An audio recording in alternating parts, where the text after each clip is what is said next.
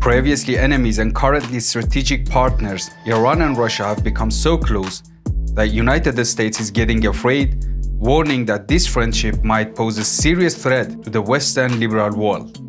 However, I don't get it. If you put too much political, economic and social pressure onto neighboring states, which by the way have many mutual interests in their region, they'll eventually get close. US has done it and now complains about their friendship. I don't get it. Are they really naive? Anyway, it's Shafi and welcome to the new episode of Polit Affairs.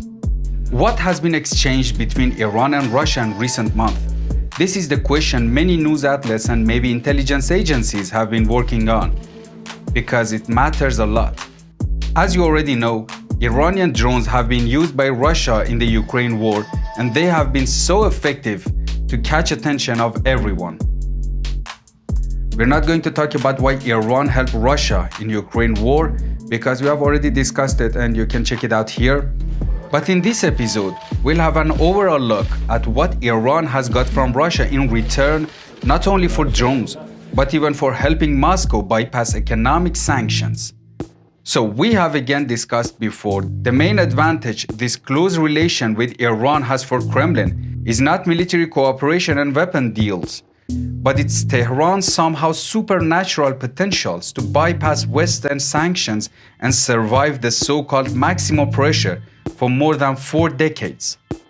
I'm not going to praise sanctions and Tehran's policy in this episode because, well, I have seen results of economic sanctions on my own life. But in the end of the day, these sanctions did not bring Iran to its knees, but instead forced them to go after making so many things on their own, and now even trade them with Russia to get what they have been dreaming for.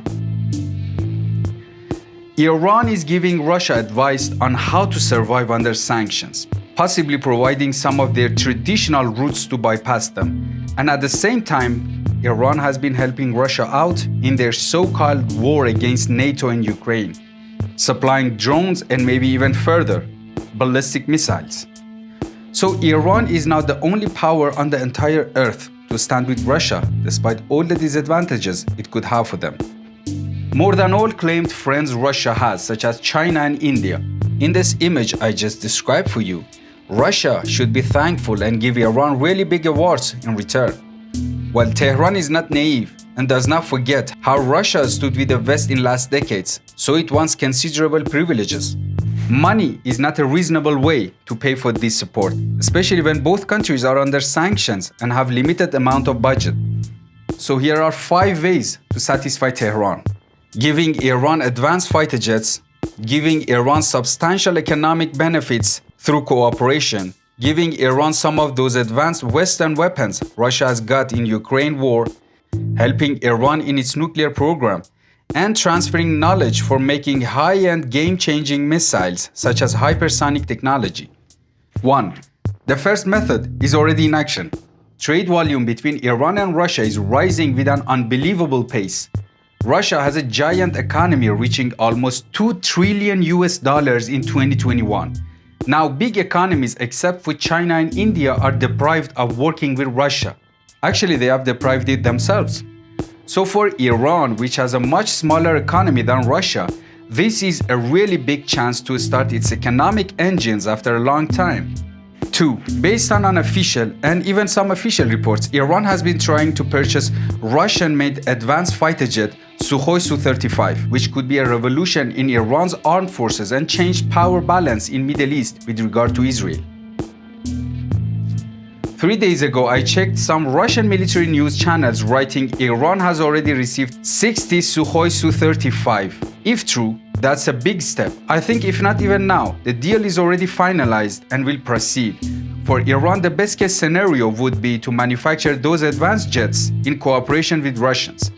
This way, they would get hands on the technology and be able to manufacture their own advanced fighter jets in near future, like what China did with Russian jets and now is making its own advanced 5th generation jets like the J-20.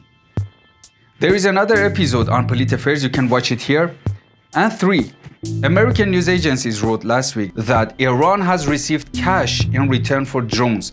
But that's not all of it. Based on a claim, Russia took hold of a shipment of Western weapons sent for Ukraine. There was 3 different anti-tank and anti-aircraft missile systems, including Javelins and NLAWs. Though I don't think it's true, because Iran has its own anti-tank and anti-aircraft weapons similar to those Western guns. Those Western weapons might have higher technologies, though Iran has its own and does not need to get them in return for drones. Russia could have supplied them to Iran as a bonus, a cherry on the cake. 4.